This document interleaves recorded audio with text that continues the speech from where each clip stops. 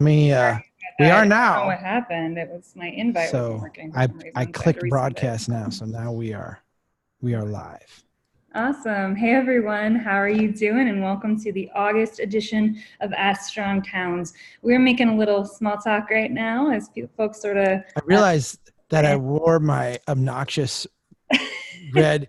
I was so proud of my baseball team. See, Yeah. uh, that I got up today and I'm like, we hit a walk-off home run last night against the Atlanta Braves, another really good team. And I was just feeling really good about it. So when I reached into the closet today, I'm like, collared shirt. I'm going with the Twins one. And then I got here and I'm like, this is really obnoxious for a I think web broadcast. I'll forgive you a fashion faux pas because Thank you. knowledge on people and they're all excited. So for those of you who have done Ask Strong Towns before, you know the drill. For those of you who are new, I'll give you kind of the lowdown. First, I'm Kia. This is Chuck, if you haven't met us before. I got a new haircut. I don't blame you if you don't recognize You me. look fantastic. But the basic gist is we are here to answer your questions about how to make your town stronger, what the Strong Towns approach is all about, anything that you feel like we haven't reached through our content. You can always search back through thousands of articles on archive. Here's a place to ask it. The logistics of how that works are pretty simple. I have a few pre-submitted questions to kind of get us started off. If you would like to ask a question live, there's a little button at the bottom of your screen that says Q&A. That's the one you want, not the one that says chat. The one that says chat is for you to talk about how good my new haircut is, to talk about how annoying Chuck's red shirt is, and to talk about basically anything in between one another. If we mention an article during the podcast or the webcast, excuse me, I'm on video, we will probably post it there, that kind of a thing. But go ahead and get those questions started, and I can kick us off if you're ready, Chuck. Let's do it. Do it. Okay, I want to start us with a hard one. Oh gosh. Nathan from Amherst, Massachusetts, and it's one that I'm like, I don't know the answer to this. I see more news articles and government publications about the unaffordable housing crisis where housing prices are increasing much faster than the median income every single day. What do you think is the cause in this discrepancy? Is it low-paying jobs, lack of housing stock, both, or something else? And what are some Strongtown solutions for this problem? We don't talk about individual income very often in Strongtowns because we're really focused on the built environment. But Chuck, I'm curious if you have some thoughts on where the mismatch is happening between people's paychecks and what they need to pay to the landlord. I feel like we could talk about this issue for hours and hours and not get to the problem, because I actually don't feel like this is one where there is like a problem and a solution. The housing market in general is a complex adaptive system. It has emergent behaviors. It is not one of these things where if you lower interest rates, X happens. If you raise interest rates, Y happens. If you put in this incentive, this is guaranteed to happen. It's not something that even can be reflected from place to place. All these different geographies have different kind of interrelating factors that are causing this. Let's step back and kind of acknowledge that as a general rule, what we are seeing is really kind of a divergence of two things, both of which are resulting in lack of affordability. In one, what you have is an explosive market and huge demand that is driving up prices for housing beyond what even people who are making a lot of money by American standards can afford. And you can kind of put a pin in a place like San Francisco or Seattle or Portland or Austin to some degree. Here you have people who are making way, way, way above the median U.S.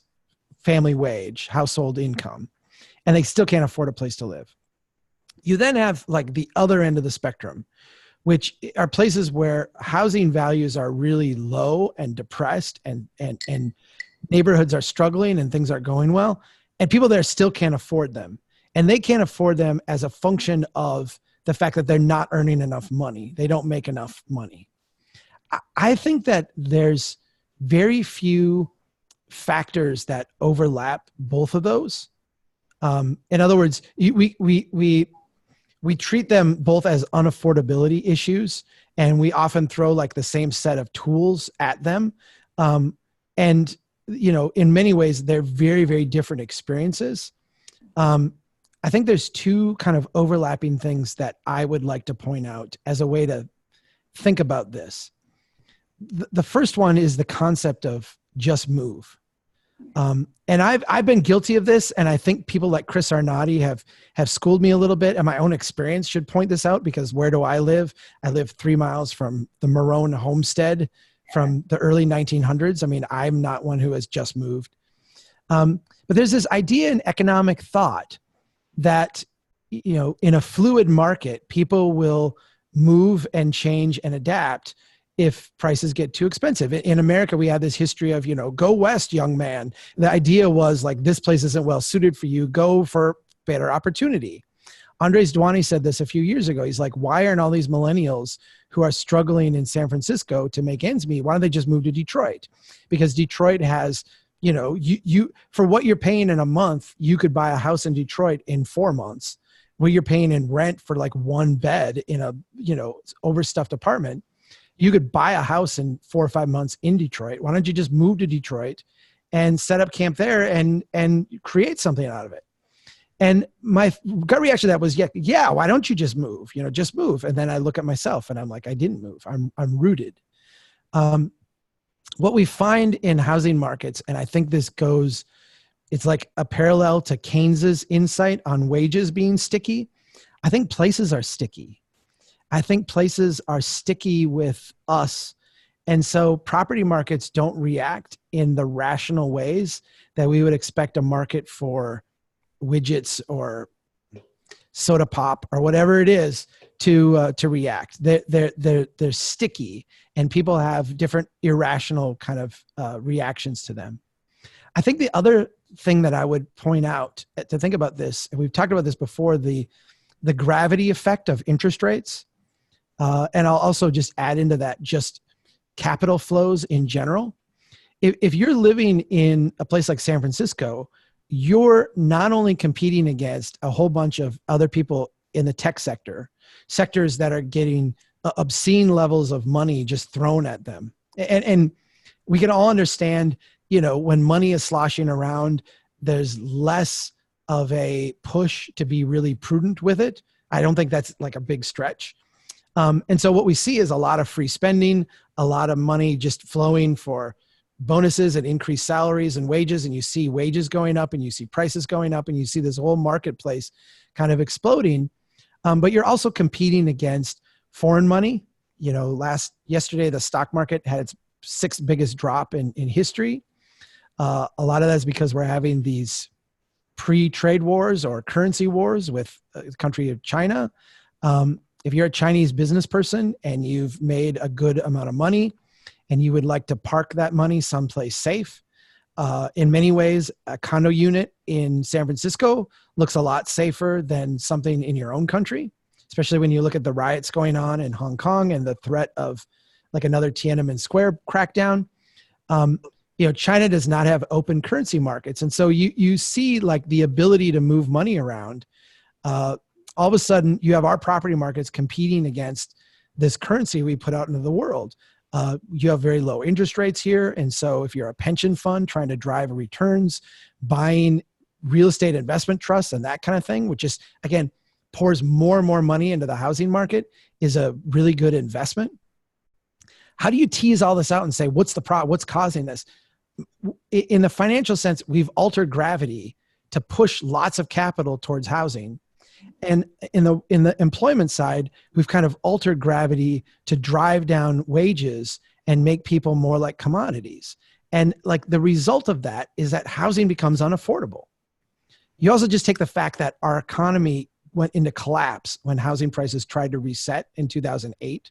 We quickly propped them back up, and we've been doing everything we can to keep them up, because there's a big fear that our economy will go into collapse if we allow housing prices to equilibrate at prices people can afford. How do we solve this? I have no idea. Like, this is a disaster. This is like an intertwined mess. And to me, I feel like the only thing that we can do at the local level is to try to find an equilibrium point. I wrote this article a while back in a series I did on housing in Portland. And one of them was this picture of a hand above water, like this person drowning. And you're just trying to find like stable ground to put your feet on. And I suggested that the way we do that is we have to allow our neighborhoods all to evolve incrementally. And the idea, well, it wasn't that this would solve every problem or fix every ill, but what it would allow us to do is create a more localized housing market that had the ability to receive primarily local feedback instead of the distorted external feedbacks, and then to adapt locally to that local feedback over time. So that if a person's wages was here, this is what they could afford. Housing didn't like ramp way, way up because of artificial things. Housing prices actually equilibrated with wages at prices that local people could afford. And I don't think that's a solution, but to me, it's an approach that gets us more towards a stable marketplace. That was like a really, I feel like that was a long answer, but also like a quick answer to what is a brutally complicated problem. It is a brutally complicated problem that we could spend this entire webcast answering, but I thought it would be good to give a teaser in large part because you do talk about it in the book in some degree, Chuck, which I think everyone should check out that book. It's really, really, really interesting, especially on this particular topic. And I know someday you plan on writing a book specifically about housing. So I'm hoping my colleague Daniel does that with me because he's had some amazing insights on it as well. So totally. yeah. So that was like a 303 level question. Let's go back to 101 because Ivan in the live Q&A happens to have asked what I think is like the $1 million strong tones question that always bears revisiting, which is how do cities calculate their ability to pay for infrastructure maintenance? How do they do it? Is anyone calculating this fundamental factor? If not, how do cities know if they have too much infrastructure right now? And I might add on to Ivan's question, if the infrastructure that they do have is spurring the sort of adjacent development that's going to keep their city financially solvent. Let's just go back to basics real quick. Right. And add something new onto it. It's funny because cities are complex adaptive systems. And once you grasp that, you realize that a lot of things that we put calculations to over time become nonsensical. But when we actually look at a snapshot of cities and infrastructure maintenance, this is one of the easier ones to do. We can calculate, and by we, I mean engineers and others who are good at estimating costs, and even non-technical people, if you want to delve into it and say, just in a very rough sense, 32-foot wide road, how much does that cost per foot to maintain over time? These are like known numbers you can get from City Hall. They'll vary a little bit by region because costs are different by region, but you can calculate these numbers. These are not like unknowable numbers. And then you say, how many miles of that road do we have? What is that total cost look like? And then you ask yourself some very simple questions of what's our tax base look like? How much revenue does that tax base create? And what percentage of that revenue then goes to the maintenance of these roadways? What we find in general is that cities spend about 15% of their budget on roads, street. A small percentage of that is spent on maintenance. A larger percentage of that is spent on building new stuff. But if we even just look at it like as a total maintenance budget, you can calculate what that is. And you can take this at a subdivision by subdivision scale. You can do it at a citywide scale. I find it most helpful to look at different developments individually and say, okay, for this style of development, which we see throughout the city, how much road does this take? How much street does this take? What is the cost of maintaining this? And we can sit down and calculate that. And then I'm looking at this tax base. How much revenue does that produce? And it really is like a very simple. I mean, I say this having had 7 quarters of calculus and an engineering degree, and I know what's simple for me, maybe not. I've seen other people struggle with this, but I'm telling you, the technical professionals you have on your staff, the people putting together your budget, these are not difficult calculations. These are not hard. Why don't people do them?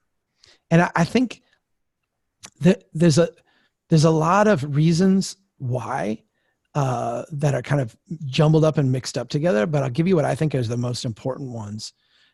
One, we never have done it. So, like we never asked this question. And then two, we've been so focused on growth and new and what we can add that the idea of maintenance has been this kind of long-term thing for someone else to worry about. This is that temporal discounting that we talk about a lot. Humans are wired, and this gets into like the way your brain is set up, and this is a common human flaw that we all share. Humans are wired to highly value positive feedback and positive reinforcement today, and to deeply discount. And by discount, I mean not think about, ignore, put off, rationalize future pain and future sacrifice. And so when we are wired this way, the idea that when we put in a new development or a new street and it comes with all this new cash flow, that we would highly value that is just like, that's the way humans are wired. And that we would ignore or just like not bother to calculate or not, consider even the long-term ramifications when they're 20, 30 years away financially. My gosh, what you're describing there is a human. Like what you're describing there is how people operate. So I think we can look at this and say, well, cities are this is just insidious. Why are these people not calculating this? This should be done as a matter of course.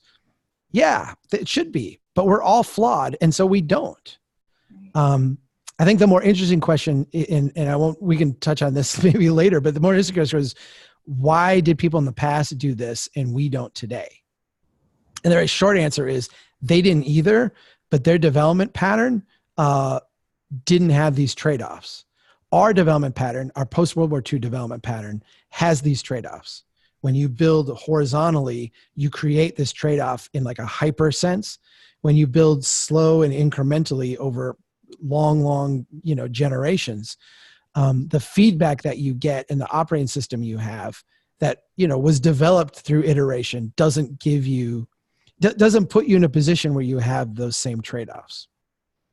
Absolutely. Well, and I've been thinking about this recently too, which is just, we talk about cities being complex systems all the time, Chuck, and I think that complexity is sort of a sword that cuts both ways. We think that there's a point at which human beings say it's not just kicking the can down the road and saying someone else in the future will pay for it. It's saying, how am I possibly supposed to place a value on a good road network where everyone can get around, because that has ripple effects that are like second, third, fourth order that I can never anticipate. I'm an engineer and my job is to build a good road system. So that complexity becomes a justification for all kinds of things that harm us and harm our budgets. It's really challenging. Well, it's very easy on the inside. I mean, as an engineer who worked on many of these projects and many city budgets and planning cycles, it's very, very easy to look at this in the short term and rationalize things away. Yeah, we can't do that road this year. We'll get to that next year. We'll put it on the budget for next year because we have this urgent priority now.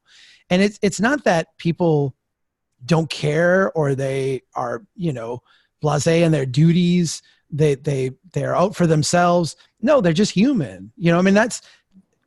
Think about the roof on your house or your siding or the sidewalk cracked in front of your place. I mean, we all have these things that are like trade-offs that we make day to day. And, when we work collectively, we act very much the same way. Yeah. Well, thank you for that throwback question, Ivan. I think that was actually really important to revisit because it's at the core of everything we're talking about here. Right. Core of human nature. Let's go to another one that we've talked about in different ways here and there, but I really like to revisit it. Casey says, I live in Howard County, Maryland. Shout out to Howard County. I live with someone from Ellicott City originally. As I've become more and more aware of the situation here, the county has been using county bonds to pay for major projects from chasing development to basic infrastructure. As a wealthy county, I was surprised to discover how reliant on this financing the government actually is. Is it unfair to look at bonds as unequivocally bad for building a strong town? What do we think about bonds? Yeah, it's astounding because you would think that like rich places and we'll just pick on Carmel for a minute. Carmel, Indiana. Are The whipping away. well, I've called them the Enron of municipalities. It's you would think that like a very rich city wouldn't have a ton of debt because they're very rich, right? Like you look and the median household income is very high, property values are very high, everything, tax rates are relatively high. You look and you're like, this is a very affluent place. And then you just scratch the surface and you're like, oh my God, they're just loaded down with debt. How is this possible? And it's a little bit like how, the United States has this massive amount of public debt, both in dollar terms and in, debt to GDP ratio terms, when a very small, poor country would never be allowed to get that far in debt. Debt is a lot about confidence. And if you're very, very rich, I have a lot of confidence that you'll find a way to pay me back. And if you're very poor, I have less confidence. So I'm going to be less willing to loan to you. And the irony of that is that what we see is that a lot of debt problems, particularly the kind that become catastrophic, are often come from the wealthiest, most affluent parts of our society, be they people or businesses, or in this case, municipalities. At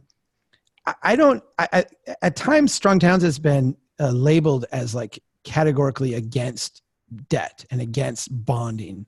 And that is very much not true. I think there are very good cash flow reasons why bonding makes sense. The problem is if you're not super disciplined about calculating your costs and calculating your revenues and finding the balance between them, it's very easy to confuse your insolvency for just a cash flow problem. Boy, I'm out of money. I've got these 5 projects I need to do. Here's the loan shark who's saying, they'll loan me the money and I can do this today. And then I don't have to raise taxes and I don't have to go back to the people and explain all this. And we can just keep the same budget, but apply that to payments. And you can see how, like, if you're not really disciplined about this, the debt becomes really a very seductive way to solve your problems. And we see over time places become like New Jersey today, where every single dollar of gas tax they collect goes to pay debt on prior projects. In Texas, it's something like 70% or 80% of every dollar in gas tax they collect, instead of going to pay for projects the way that the gas tax was really set up in those states, they've borrowed so much money and promised their revenue to repaying that debt that now all their revenue goes to debt service. And they still have a backlog. I think that if I lived in Howard County, I would be very concerned about the way the county is approaching debt and the discipline that they're using to discern what a good investment or not is. And I would want to see a lot more math and a lot more rigor behind the cash flow and the return on investments. So we weren't just using debt to put off hard questions. Publish that in the Capital Gazette, I guess. Yeah. Yeah. I forget the Ellicott City's newspaper. Well, that's a really, really good answer, and I appreciate the nuance of it, Chuck. Let's go to another one from the pre-submitted questions that I'm just curious about. Monica from Ludington, Michigan, which even as a Michigander, I'm not familiar with, says, I live in a lakeshore community where almost 40% of our homes are second homes, and we're now also considering allowing short-term vacation rentals in our downtown residential areas. My question is, how do vacation homes and vacation rentals impact our cities compared to year-round residencies? Are second homes, vacation rentals a strong way for communities to grow? Is that something that Strong Towns has a thought on? It's very interesting because I, live in a kind of a vacation area as well. The Brainerd Lakes area is, 2+ hours north of Minneapolis, St. Paul, and we're inundated every weekend with people coming up to their lake cabins and the resorts and that kind of thing. I think the very short answer is that there's no reason why this would be either good or bad for a local economy. I think on the good side, you're bringing in capital. So you're bringing in outside capital in your community, and that's a good thing.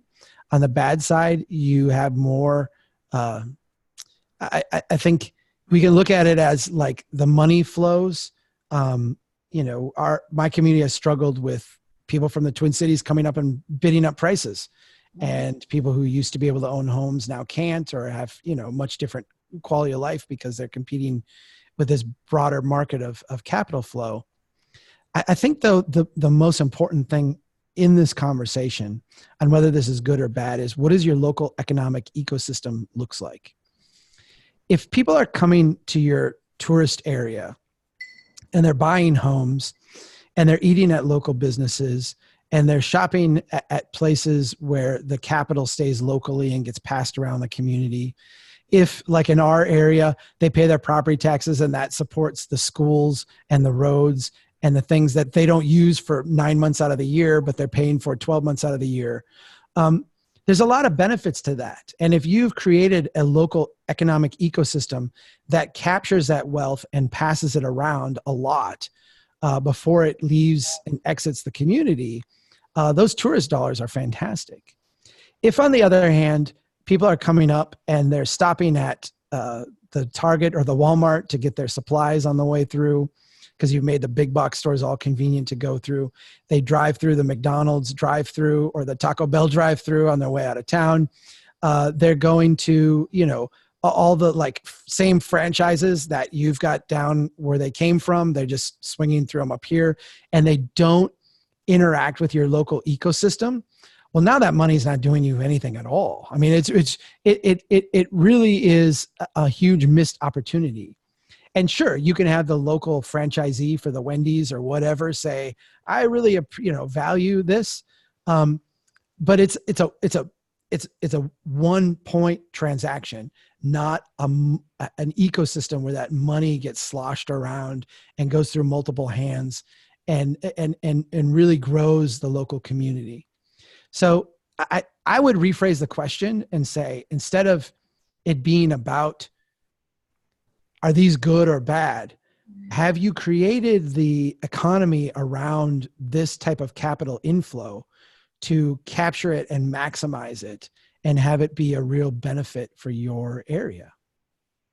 I think that's really well said. And it actually leads to a follow-up question that we got on the live questions that I'm hoping I can put together. Scott Adams in Asheville is dealing with sort of a similar problem in that he's in a city which is considering putting a moratorium on hotel constructions. Flip side of the coin, they want to shut it down. They're already regulating short-term rentals, and visitor tourist demand is constant. You and I were out in Asheville trying to get an Airbnb, and we had to go out of town in order to find one that would accommodate our staff. So from a market-based, supply-based perspective, would it be more effective for the city to focus on zoning/development regulations that would foster more housing supply versus restricting hotels and short-term rentals, which are in high demand? Or would it make sense to go ahead and let the moratorium stand and try to keep only locals in Asheville? I think this is sort of the flip side to Monica's question about, are these things good or bad? How do we encourage a broad swath of development that's going to keep money in our communities, whether it's coming from visitor dollars or dollars at home? And this is about, how do we keep people in our communities while also making sure that there's some room for tourists, especially in a community like Asheville, which is encircled by mountains. Right. Can I take this in a really weird place? Yes, please. So so I had this ecology class when I was in graduate school. And one of the things that was fascinating to me, because I'd never thought about it in this way, is the relationship between foxes and rabbits. Is the plural of foxes? Is that right? Yeah. Okay. So I said that right. I don't know if that was like a Minnesotanism or something. So I'm good. Moose. Okay. Which I know you're familiar with in your neck of the woods. So the idea is that there's actually a 7-year cycle where at the peak of the 7 years, you will see a lot of rabbits and not many fox. And so if you think about this from the perspective of a fox, there's like a lot to eat now. And so you will eat a lot of rabbit. Rabbits are easy to get because they're everywhere. You'll feast on rabbit. You'll have lots of offspring. There'll be lots of little foxes running around. But then all of a sudden, there's too many foxes. And at the other peak of the 7-year cycle, there's way more foxes and not enough rabbits. And what you find then is that foxes' mating habits slow down. Some fox die from, whatever. They're malnourished. They're not as healthy. and the fox numbers decline. And when the fox numbers decline, what happens to the rabbits? It's easier to reproduce and not as many of you are getting killed. So the rats, so it's like a 7-year cycle where they go back and forth. The reason I brought this up is because I was reading this thing about hotels, and they were talking about hotel units and basically the hotel industry. And the way that it was described in these financial journals was very much reminded me of the rabbits and the fox. You'll get demand. They'll go out and build up a whole bunch of hotel units. The hotel units will basically like overshoot the demand.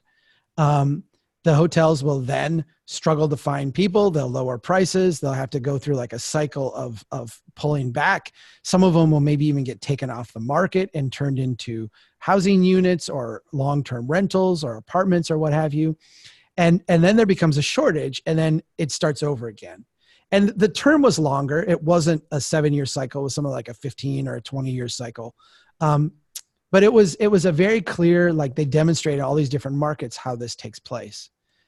I don't understand what the rationale would be in Asheville for having a moratorium on hotel units. Because, and I'm going to try to, I mean, maybe you know what it is. I don't know. Is it the idea that if we build fewer hotel units, there will be fewer people who want to come and visit Asheville? Yeah, that's where I get a little hung up too, because it's like, is the idea that like you don't want as many tourists in your town so that they get interested to like move into Asheville and then displace people who have been there longer? Like, is that the chain of thinking? I'm also having trouble sort of connecting the dots. Yeah, I've struggled with that because I mean, when we went last time, we got an Airbnb, but we got an Airbnb like up in the mountains, somewhere, and did our staff retreat, and then we drove in and went out to eat, and drove in and went out to the movies. I don't think if you did this just like no hotels in Asheville, I don't think that you would suddenly quash or equilibrate the tourism industry at like a lower level. You would just take the few units that there are in Asheville and really, really ramp them up in price. You know, whatever you were trying to do from an affordability standpoint, it seemed to me like you would get the opposite result. Again, I feel like this is another one of those instances where the Asheville property market has been kind of distorted because of the pattern they've chosen to grow in. You see basically neighborhoods suppressed. So no change, no thickening up, can't do anything here. And then over here, you can like do explosive growth. Yeah, right. And what the net result of that is in the places that are suppressed, the prices rise incredibly, and everyone buying into that is buying into an ecosystem that is static and not going to evolve. So that's like the bargain that they sign up for. So they resist change and they, you know, keep it static. And then the neighborhoods where the development pressure overwhelms, you get this like explosive level of growth where it transforms it, you know, seemingly overnight from something that locals could relate to and live within and find a place in to now something that's built for somebody else and not for me, not at price points for me, not in a character for me, not for me. And I go back to the thing I said earlier, which is every neighborhood needs to be able to evolve and adapt and change and thicken up. All those single family home neighborhoods that are off limits today in Asheville need to be allowed to add accessory apartments, convert into a duplex, slowly evolve and change. So those neighborhoods thicken up, become financially more productive, put more units on, are allowed to, meet supply and demand at local price points. And the neighborhoods where they're seeing explosive growth, I would not want that explosive growth to happen. I would say those neighborhoods also need to evolve and change incrementally. I think the counter argument is that Asheville has suppressed things so long that there's a lot of catch up to do. Yeah. I'm sympathetic to that, but I still think that in the long run, embracing that incremental thickening up would solve a lot of the character issues that I think these things are trying to solve, and also a lot of the price issues. I totally agree. Thicken up, Asheville. Thicken up. That's one of our bumper sticker slogans. Let's go to a question from Mayor Hal McCabe. I love when mayors pop on here, and he actually gave his title. So Sweet. if you're asking a question and you're the mayor of something, you can let us know. We think that's cool. All right. Mayor Hal asks, do we have any thoughts on municipal-owned endeavors designed primarily to produce revenue? For example, owning rec facilities and having it managed and run by an outside company, ditto the concessions. I might add on this, like, your airport in your city, your other park facilities. What do we think about that at Strong Towns? I don't know if the subtext of that is meant to be, is it a substitute for other productive infrastructure? But tell me your initial reaction. It's a very interesting question. And let me give you one of my favorite ones to deal with, and that is like municipal golf courses. Oh, yeah.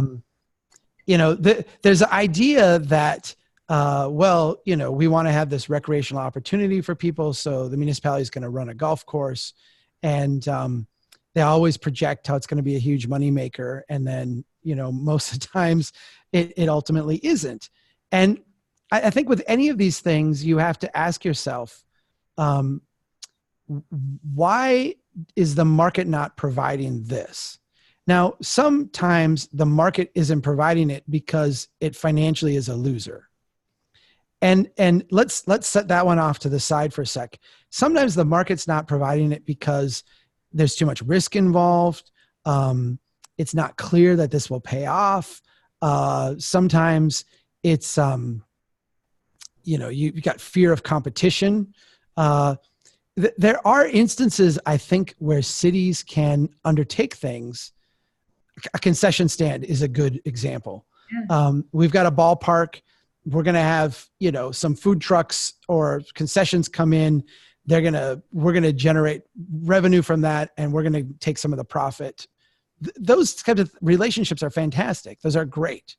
And if you can kind of, I think in a local government standpoint, take some of the risk out of that by saying, we will coordinate our ball games to match with when you're in town, or we'll coordinate our, whatever. You can make some of those relationships work and work really well. I think the problem comes in when we're going to run the municipal golf course, or we're going to run the municipal concession stand, or we're going to build the rec facility, and it will cash flow itself. And then it doesn't. What do you do at that point? Because in the private sector, what happens is that goes out of business, and people lose a lot of money. The bank loses money. Whoever was the investor in that loses money. And then it gets resold into the marketplace. It either is transformed into something else, or it begins to operate without the debt and without the debt overhang, so it can run profitably. Basically, the marketplace is a way of working those things out where people experience some pain because it was a failure. When governments are running it, we tend to do everything we can to avoid that failure. And we also kind of associate the failure of the place to be cash flow positive with like our own leadership or personal failure. We can't close that rec center because Mayor Hal pushed that project through, and then we'd have to admit it was a huge boondoggle, and boy, we can't do that. So, right. So you have, basically irrational human thoughts start to enter, which should be like, in a sense, like a hard, cold mathematical equation. Let me say this categorically. When we look at cities running like utilities, we run sewer, water systems, we run a drainage utility, we run a street utility. These are, in a sense, businesses that we're running. Your electric utility, the electric company, is a private business. Your waterworks is a water business that's like a subsidiary within the city. When we run those businesses, they need to run at a profit. They actually need to generate more revenue year to year than they generate expenses. Now, different than the private sector, the public sector is not necessarily out to maximize profit. It's not out to maximize profit at the expense of like residents. Like, if we can charge that grandma an extra $2 a month, we're going to do that because then we can pay ourselves larger bonuses. You have to run a profit because you have to stay in business and you have to provide this utility to people. Exactly. When we get into things like concessions and rec facilities, you also have to run a profit. But if you don't, the problem becomes a lot different. Because when your water system is not running a profit, that's like an urgent thing because people have to have water. And you're going to have to figure out what about your system is not working. When your rec center is not running a profit, it very likely is that your community should not have that rec center. And I think that that becomes like the harder conversation. I would like to see cities shop a lot more risk out to the private sector. Yeah. We seem reluctant to do that today. I think the idea of, the city would like a rec center here. We all kind of agree that that's a good thing. Let's find a private operator who would like to sign a 10-year contract with us to run it. And they'll pay us a certain amount each year and then they'll run it. We're loath to do that because when we build these things, we want them to be more than just a rec center. We want them to be a social thing that will, give people the golf course they always dreamed or the, neighborhood community center for nonprofits to meet. Those might all be great social gains, but when you mix them with this thing and you try to pretend that it's a profit entity, you're trying to do more things than you should. Does that make sense? It does. And, I keep thinking about the great national experiment we all witnessed with bike share over the last couple of years, which I think is a great example of cities like taking the risk and saying, you take it, Lime Bike, and look what happened with a lot of those companies. Is it a strong, do we have more bike share gains in a lot of communities than we would have had we like all created our city branded bike share and invested hundreds of millions of dollars into it? I don't know, but at least we got some like on the ground data from these private companies that we can use when we do take the plunge into a public investment. And since bikes are my wheelhouse, that's where mine goes right away. Yeah, I totally agree with that. I feel like cities, this is like my general philosophy on government. And I granted, I have, I think these are things where like decent people can disagree. So I'm going to say this and then understand that I'm not an absolutist here. But to me, government should do, particularly city government, should do what they do in a limited sense and very competently. Like let's do what we do and do it really, really well. And then where there's gaps in what needs to be done, if we're not good at it, like if we can't do this competently, which means running a profit, so it's financially viable and so it works, then I think the next step is who can we find that can help us do this profitably? And what would it take for, what would our partnership in that look like?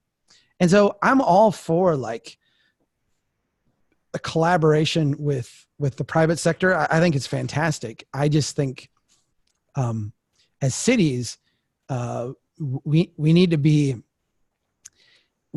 cognizant of our math and then cognizant also of our like irrational reactions to things, right, and treat them more like, especially things like concession stands and rec facilities, like hard, cold business decisions and not some like, deeply cultural thing that we're trying to accomplish. Yeah, that's a challenging balance. It's a challenging balance. Yeah. Sure, we can get some other questions in here about when those private-public partnerships go a little more towards the benefits of the private sector more than it should. And well, most private-public partnerships today, like when we use that term, is basically the private sector takes the risk. Right. I'm sorry, the public sector takes the risk and backstops the whole thing. And then the private sector winds up getting the gains for the most part, with a little bit shoveled back to the public sector if they're lucky. And I feel like most public-private partnerships, the way that I've seen them, are really very poorly structured for the city, the public entity. And I don't feel like that's a byproduct of public-private partnerships being de facto bad. I think it's more of a byproduct of our desperation at the local level for growth and for revenue. And so we're willing to sign bad deals because we're so desperate. Yeah. Does that make more sense? Yeah, that's it in a very nice nutshell. And I want to get us away from saying public-private partnerships for a little while because it's turning into a tongue twister. So let's go to, like Peter Piper picked a peck. Right. Let's go to another question here from Tom Hawkins. This is just kind of a nice one for people to know. I'm on the local city council. How do we get Chuck, I don't know what Charles is now, Yeah. to visit our community to assess how we can become a strong town city and educate our city officials on the benefits? I think there's some things underneath that question that new folks probably should know about how we actually do visits with city councils and the way that we use events within the Strong Towns model. So maybe you could talk a little bit about that, and then I can give some actual practical resources in the chat and about how to make a visit happen. Well, first, my friends call me Chuck, right? Yeah. It's one of those things where, like, my God-given name is Charles. It's actually Charles Jr. My dad is Charles as well. But I kind of know right away, like, my friends, like if we're friends, people call me Chuck. And so, like, go ahead and call me Chuck. Like, people who listen to the podcast or watch these videos or hang out with us here at Strong Towns, when they call me Chuck, I'm like, oh, okay, this is someone who listens. Yeah. because we know we're friends here. So feel free. Yeah. Charles is my name and I like it, but Chuck is what my friends call me. So feel cool to do that. I think I know where you're going with this, Kia. I want you to elaborate on this too, because you're like deeply involved. Let me give like a big picture thing. I come from a consulting background. So in the 90s, I worked as an engineer I worked for the DOT for a little bit, and then I did private consulting. I went back to grad school in 2000 and started my own planning firm and did planning and engineering work as a consultant for cities all over. The accidental story of how I started Strong Towns is interesting. I'll spare you that, but just say, like, in the early years of Strong Towns, I did not know, and we, the board, everybody who was involved in this, didn't know what we would do, but it was very natural for us to be consultants because that was what my background was. I mean, if we were going to pay our bills and be around, we go back to the rec center and concession stand, we have to pay our bills. How do we do that? Well, I knew how to go help people and have them compensate me or the organization for that time.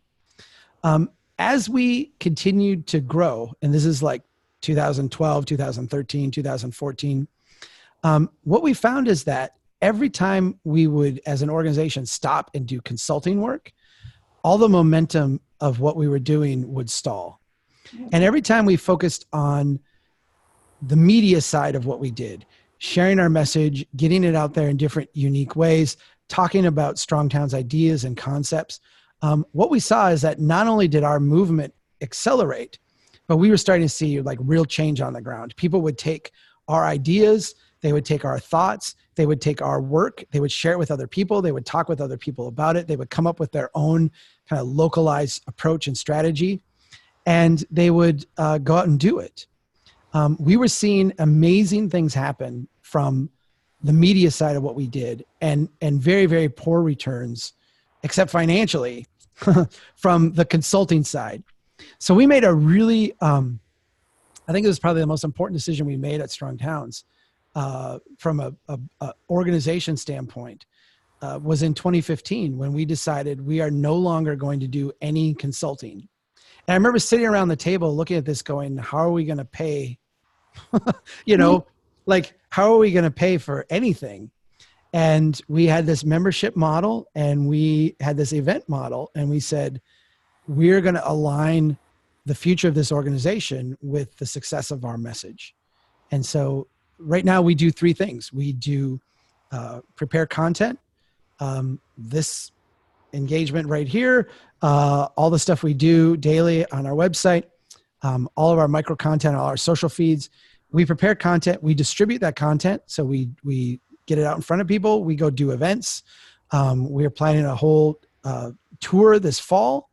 So to go out and meet with people and share our content and have these conversations. And then through those things, we nudge people to take action. So we try to structure our content and our conversations so that we create some kinetic energy on the ground for people to take action and make change. With that, I'm going to let you, Kia, talk a little bit about maybe the specifics of going to a place and educating people? Because it's a big part of what you're working on right now. Oh, it sure is. So I'm working on right now the Strong America Tour, which we mentioned Chuck's book a couple of times. That is not just me putting in a plug. I'm actually thinking about the book right now and some things in it, and it's on my mind. So that's why it keeps popping out of my mouth. But what I'm a big fan of what my colleague Michelle, who's our events pathfinder, who totally rocks, likes to say to communities, which is that a Strong Towns event really softens the ground for you to make yourself into a Strong Town city. We have, I think as an organization, we at Strong Towns are really skeptical of the kind of effect that we see consulting have on other communities, frankly, where they can say, we asked a consultant, we tried it, it didn't work, and then they move on to the next thing. It becomes sort of a stamp of, we gave it a shot, we implemented the program, oh well. What we want to do is something more powerful. We want to change your culture. We want to change the way that not just your city council people, but also, by the way, your neighbors, your janitor who lives on your street, your mom pushing the stroller down your block, are thinking about the way their town is built. Because until our message takes root at the level of culture, nothing that you're going to do in council chambers is really going to make a lasting difference. It might make a policy difference in the short term. It certainly has an impact that we care about. But when we come to an event, usually we're doing it for a broader group of people. Sometimes we will meet in private with the council so that we can kind of put things in that language. I think one of the things you're most talented at, Chuck, is you can kind of talk to both groups. You can talk to government officials and you can talk to people like me who have never and will never hold a seat on local government. Mark my words. But I think that if you're interested in pursuing a Strong Towns event, you should think of it as an opportunity to start a really powerful revolution in your place. I really do. So to start that revolution, you would go to strongtowns.org/speaking. You can get information on all of our offerings with Chuck and with all kinds of other speakers at Strong Towns as well. We've got John Reuter, our board member, who is one of my favorite speakers in the world. We've got Daniel Harrigas, our soon-to-be retitled senior editor, who is a planner by background and a really brilliant guy with some really unique things to say specifically about housing, but also on other topics. Every once in a while, other members of the team like me will do something for you. So visit strongtowns.org/speaking. If you're interested in the tour, strongtowns.org/strongamerica to hear us talk about the book specifically. And about the messages in the book and what they can mean for your community. So those are the resources to start. I'll type them in chat here, but if you're listening to the podcast version of this later on down the line, those are the good places to get yourself going. I think I think your answer was perfect. I want to emphasize the one thing about the consulting. One of the things that I have come to recognize is the more I'm called an expert, the less comfortable I am that I actually know the answer. I love going to places and I love meeting new people and looking at a city with new eyes. When I walk around with people, we do a lot of walking tours. We do a lot of, at these events, just chatting with people. I am able to impart some things that maybe people aren't looking at, in a place.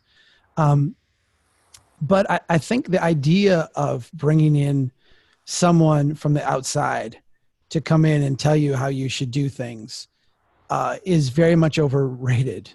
Ideas, yes. And I think new ways of thinking about things, yes. And as a conversation starter and as a catalyst, absolutely. But I think the idea that someone like me knows more about you and your community and the needs and the urgent priorities than you do, it's just like it's a fundamental flaw of modernity. I think it's a byproduct of this hyper specialization that we've gotten ourselves into. I go back to the 4-step approach we have to capital improvements. Go out and observe where people struggle. Ask yourself, what's the next smallest thing that could be done to address this struggle? Go do that thing, do it right now, and then repeat. There's no amount of outside knowledge or expertise needed to do the most urgent, most productive things that our cities need today. And so if I had one bit of advice for people, I would love to come and help, as Michelle says, soften the ground and help you catalyze a different conversation, help get people motivated and thinking about things differently, maybe give you a little bit more room to broaden the conversation in your community. But at the end of the day, this is all about local leaders, like a local mayor saying, we're just gonna we're gonna do things differently here. And we have, in that sense, you have all the tools you need. You have everything you need. Everything. The full Strong Towns organization to help you do it too. You don't even have to be able to afford our speakers on no, that's true. So, yeah, good stuff. Well, those are all of our live questions. So I think we should call it a day, folks. Thank you so much for tuning into Ask Strong Towns. You'll be able to get the audio version of this on our podcast sometime soon. And if you want to help us produce a few more of these, you can visit strongtowns.org/membership to help us change the way cities and towns are built across North America. Thanks so much. Keep doing what you can to build strong towns. Thanks, everybody.